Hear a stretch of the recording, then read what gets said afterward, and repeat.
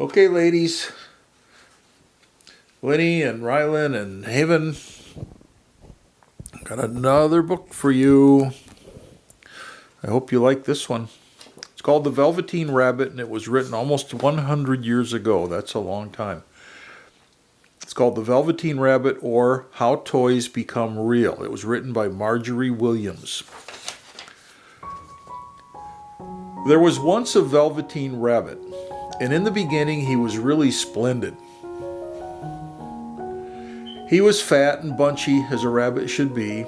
His coat was spotted brown and white. He had real thread whiskers, and his ears were lined with pink satin. On Christmas morning, when he sat wedged in the top of the boy's stocking with a sprig of holly between his paws, the effect was charming. Here he is right here in the stocking. There were other things in the stocking, nuts and oranges and a toy engine, chocolate almonds, and a clockwork mouse, but the rabbit was quite the best of all. For at least 2 hours the boy loved him, and then aunts and uncles came to dinner, and there was a great rustling of tissue paper and unwrapping of parcels, and in the excitement of looking at all the new presents, the Velveteen Rabbit was forgotten. For a long time he lived in the toy cupboard or on the nursery floor, and no one thought very much about him. He was naturally shy, and being only made of velveteen, some of the more expensive toys quite snubbed him. The mechanical toys were very superior and looked down upon everyone else.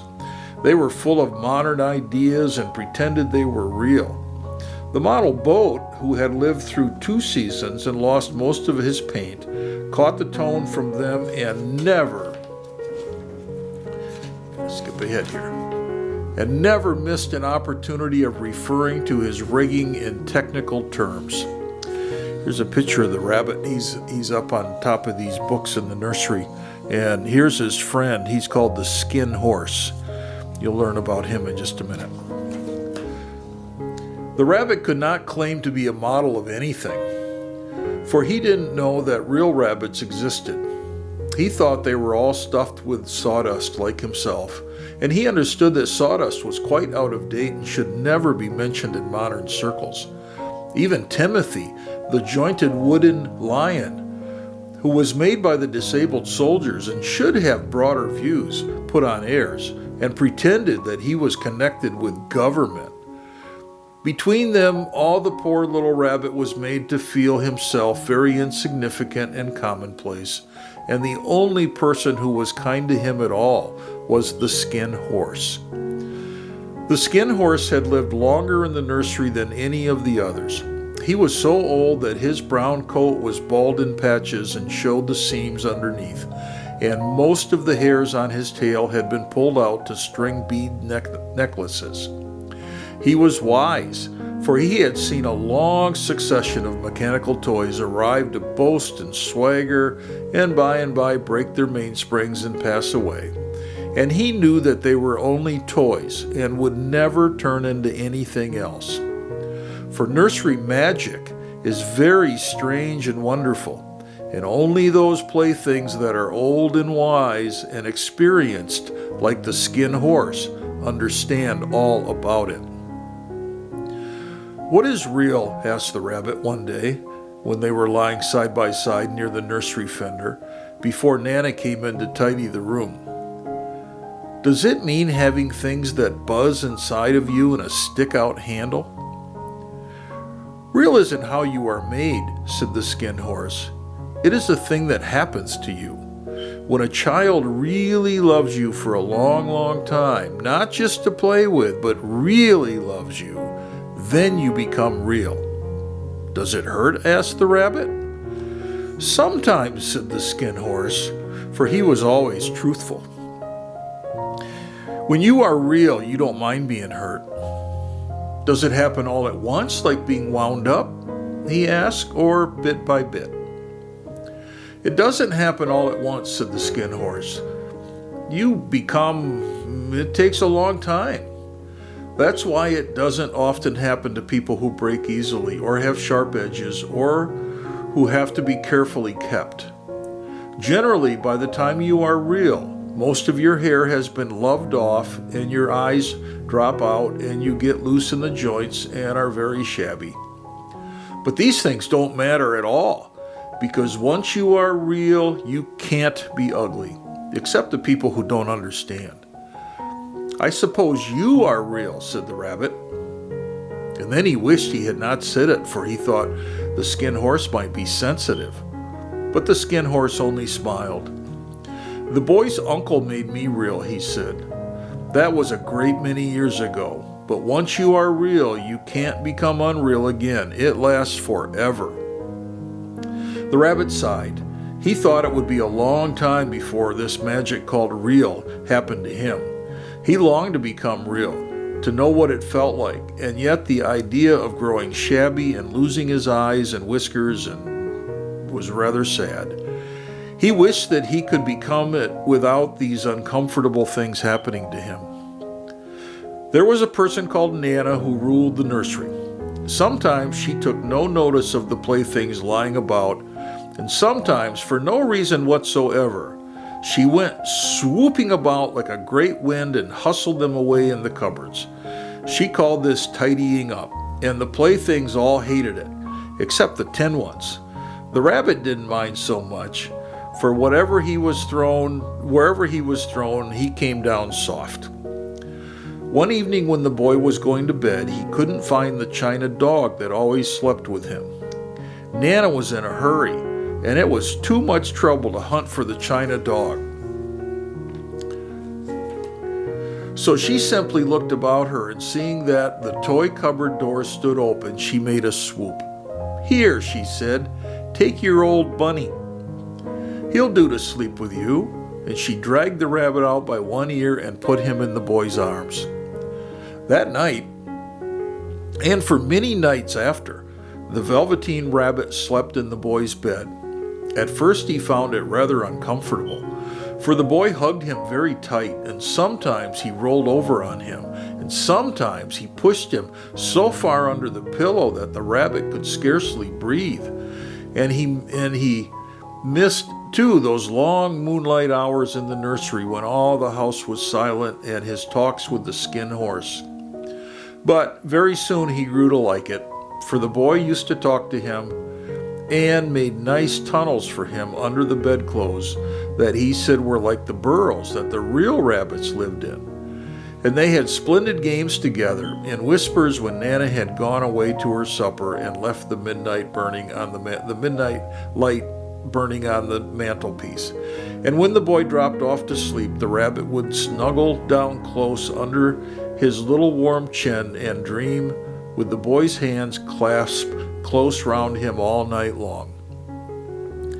And so time went on, and the little rabbit was very happy, so happy that he never noticed how his beautiful velveteen fur was getting shabbier and shabbier, and his tail was coming unsewn, and all the pink rubbed off his nose where the boy had kissed him. Spring came, and they had long days in the garden, for wherever the boy went, the rabbit went too.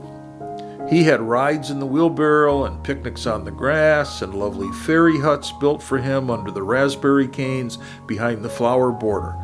And once when the boy was called away suddenly to go out to tea, the rabbit was left out on the lawn until long after dusk, and Nana had to come and look for him with a candle, because the boy couldn't go to sleep unless he was there. He was wet through with the dew and quite earthy from diving into the burrows the boy had made for him in the flower bed, and Nana grumbled as she rubbed him off with a corner of her apron. "You must have your old bunny," she said. "Fancy all that fuss for a toy." The boy sat up in bed and stretched out his hands. "Gimme my bunny," he said. "You mustn't say that. He isn't a toy. He's real." When the little rabbit heard that, he was happy, for he knew that's what the skin horse had said was true at last. The nursery magic had happened to him, and he was a toy no longer. He was real. The boy had said it to him. That night he was almost too happy to sleep, and so much love stirred in his little sawdust heart that it almost burst, and into his boot-button eyes that had long ago lost their polish, there came a look of wisdom and beauty, so that even Nana noticed it the next morning when she picked him up and said, "I declare, if that old bunny hasn't got quite a knowing expression." That was a wonderful summer. Near the house where they lived, there was a wood, and in the long June evenings, the boy liked to go there after tea to play. He took the Velveteen Rabbit with him, and before he wandered off to pick flowers or play at brigades among the trees, he always made the rabbit a little nest somewhere among the bracken, where he would be quite cozy, for he was a kind-hearted little boy, and he liked Bunny to be comfortable. One evening, while the rabbit was lying there alone, watching the ants that ran to and fro between his velvet paws in the grass, he saw two strange beings creep out of the tall bracken near him. They were rabbits like himself, but quite furry and brand new. They must have been very well made, for their seams didn't show at all, and they changed shapes in a queer way. And when they moved, in 1 minute they were long and thin, and the next minute they were fat and bunchy, instead of always staying the same like he did. Their feet padded softly on the ground, and they crept quite close to him, twitching their noses, while the rabbit stared hard to see which side of the clockwork stuck out. For he knew that people who jump generally have something to wind them up, but he couldn't see it. They were evidently a new kind of rabbit altogether. They stared at him, and the little rabbit stared back, all the time their noses twitched. "Why don't you get up and play with us?" one of them asked. "I don't feel like it," said the rabbit, for he didn't want to explain that he had no clockwork. "Oh," said the furry rabbit, "it's as easy as anything." And he gave a big hop sideways and stood on his hind legs. "I don't believe you can," he said. "I can," said the little rabbit. "I can jump higher than anything." He meant when the boy threw him, but of course he didn't want to say so. "Can you hop on your hind legs?"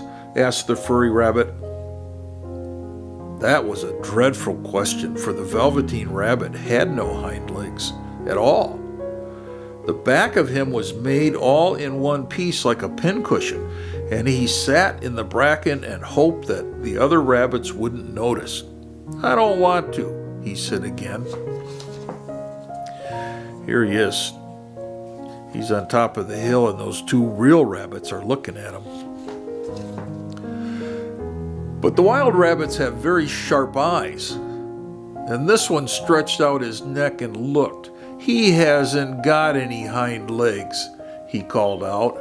"Fancy a rabbit without any hind legs," and he began to laugh. "I have," cried the little rabbit. "I have got hind legs. I'm sitting on them." "Then stretch them out and show me like this," said the wild rabbit, and he began to whirl round and dance till the little rabbit got quite dizzy. "I don't like dancing," he said. "I'd rather sit still." But all the while he was longing to dance, for a funny new tickly feeling ran through him, and he felt he would give anything in the world to be able to jump about like these rabbits did. The strange rabbit stopped dancing and came quite close. He came so close this time that his long whiskers brushed against Velveteen Rabbit's ear. And then he wrinkled up his nose suddenly and flattened his ears and jumped backwards. "He doesn't smell right," he exclaimed. "He isn't a rabbit at all. He isn't real." "I am real," said the little rabbit. "I am real. The boy said so." And he nearly began to cry. Just then there was a sound of footsteps, and the boy ran past near them, and with a stomp of feet and a flash of white tails, the two strange rabbits disappeared. "Come back and play with me," called the little rabbit. "Oh, do come back. I know I am real." But there was no answer. Only the little ants ran to and fro, and the bracken swayed gently where the two strangers had passed. The Velveteen Rabbit was all alone. Oh dear, he thought, why did they run away like that? Why couldn't they stop and talk to me? For a long time he lay very still, watching the bracken and hoping that they would come back. But they never returned, and presently the sun sank lower and the little white moths fluttered out, and the boy came and carried him home. Weeks passed, and the little rabbit grew very old and shabby, but the boy loved him just as much. He loved him so hard that he loved all his whiskers off, and the pink lining on his ears turned gray, and his brown spots faded. He even began to lose his shape, and he scarcely looked like a rabbit anymore except to the boy. To him he was always beautiful, and that was all that the little rabbit cared about. He didn't mind how he looked to other people, because the nursery magic had made him real. And when you are real, shabbiness doesn't matter. And then one day the boy was ill. His face grew very flushed, and he talked in his sleep, and his little body was so hot that it burned the rabbit when he held him close. Strange people came and went in the nursery, and a light burned all night, and through it all the little Velveteen Rabbit lay there hidden from sight under the bedclothes, and he never stirred.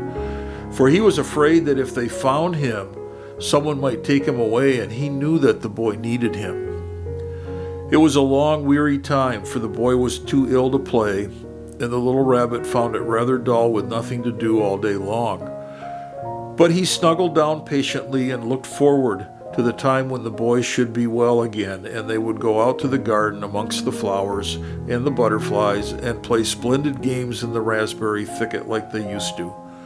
All sorts of delightful things he planned, and while the boy lay half asleep, he crept up close to the pillow and whispered them in his ears.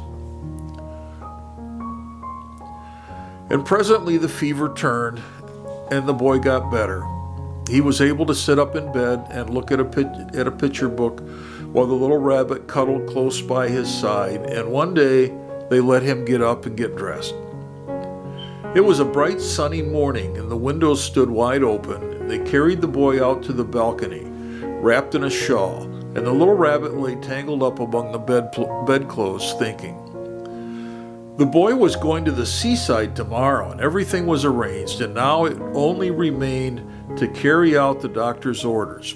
They talked about it all while the little rabbit lay under the bedclothes with just his head peeking out, and listened.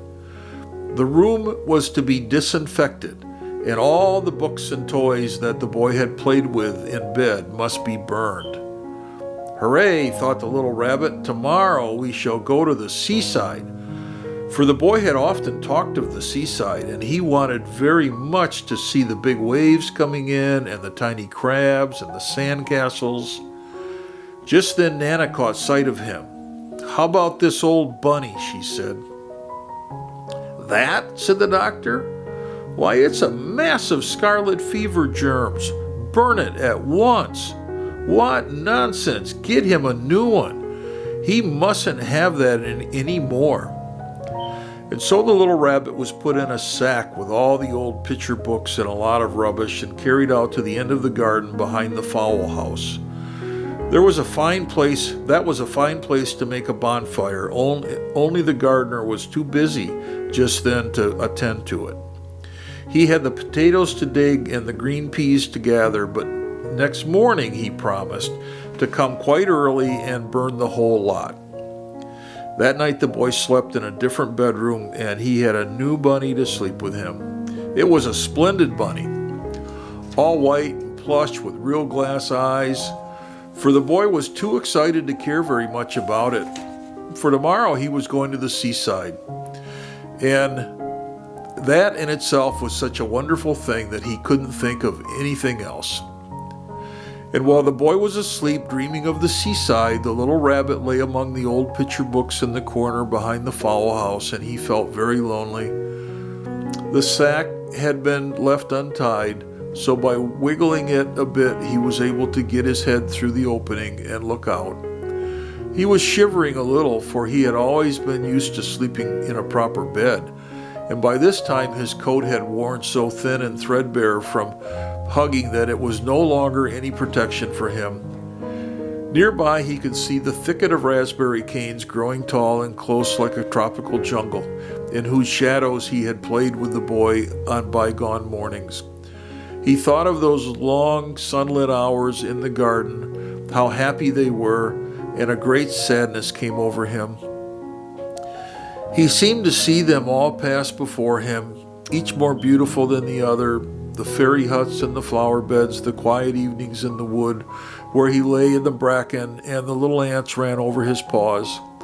The wonderful day when he first and gently and all that, he thought of the skin horse. He thought of the skin horse, so wise and gentle in all that he had told him. Of what use was it to be loved and lose one's beauty and become real if it all ended like this? And a tear, a real tear, trickled down his little shabby velvet nose and fell to the ground. And then a strange thing happened. For where the tear had fallen, a flower grew out of the ground, a mysterious flower, not at all like any that grew in the garden. It had slender green leaves the color of emeralds, and in the center of the leaves a blossom like a golden cup. It was so beautiful that the little rabbit forgot to cry. He just lay there watching it. And presently the blossom opened, and out of it stepped a fairy. Look, here's the flower with the fairy. She was quite the loveliest fairy in the whole world. Her dress was pearl and dewdrops, and there were flowers round her neck and in her hair, and her face was like the most perfect flower of all. And she came close to the little rabbit and gathered him up in her arms and kissed him on his velveteen nose that was all damp from crying. "Little rabbit," she said, "don't you know who I am?" The rabbit looked up at her, and it seemed to him that he had seen her face before, but he couldn't think where. "I am the nursery magic fairy," she said. "I take care of all the playthings that the children have loved. When they are old and worn out and the children don't need them anymore, then I come and take them away with me and turn them into real." "Wasn't I real before?" asked the rabbit. "You were real to the boy," the fairy said, "because he loved you. Now you shall be real to everyone." And she held the little rabbit close in her arms and flew with him into the woods. It was light now, for the moon had risen, and the forest was beautiful, and the fronds of the bracken shone like frosted silver. In the open glade between the tree trunks, the wild rabbits danced with their shadows on the velvet grass. But when they saw the fairy, they all stopped dancing and stood around like a ring to stare her. "I've brought you a new playfellow," the fairy said. "You must be very kind to him and teach him all that he needs to know in Rabbit Land, for he is going to live with you forever and ever." And she kissed the little rabbit again and put him down on the grass. "Run and play, little rabbit," she said. But the little rabbit sat quite still for a moment and never moved. For when he saw all the wild rabbits dancing around him, he suddenly remembered about his hind legs, and he didn't want them to see that he was made all in one piece. He did not know that when the fairy kissed him that last time, she had changed him altogether. And he might have sat there a long time, too shy to move, if just then something hadn't tickled his nose, and before he thought what he was doing, he lifted his hind toe to scratch it. And he found that he actually had hind legs. Instead of dingy velveteen, he had brown fur, soft and shiny. His ears twitched by themselves, and his whiskers were so long that they brushed the grass. He gave one leap, and the joy of using those hind legs was so great that he went springing about the turf on them, jumping sideways and whirling around as the others did, and he grew so excited that when at last he did stop to look at the fairy, she had gone. He was a real rabbit at last, at home with the other rabbits. Autumn passed and winter, and in the spring, when the days grew warm and sunny, the boy went out to play in the wood behind the house. And while he was playing, 2 rabbits crept out from behind the bracken and peeped at him. One of them was brown all over, but the other had strange markings under his fur, and as though long ago he had been spotted, and the spots still showed through. And about his little soft nose and his round black eyes there was something familiar, so that the boy thought to himself, "Why, he looks like my old bunny that was lost when I had scarlet fever." But he never knew that it really was his own bunny come back to look at the child who had first helped him to become real. He's real at last.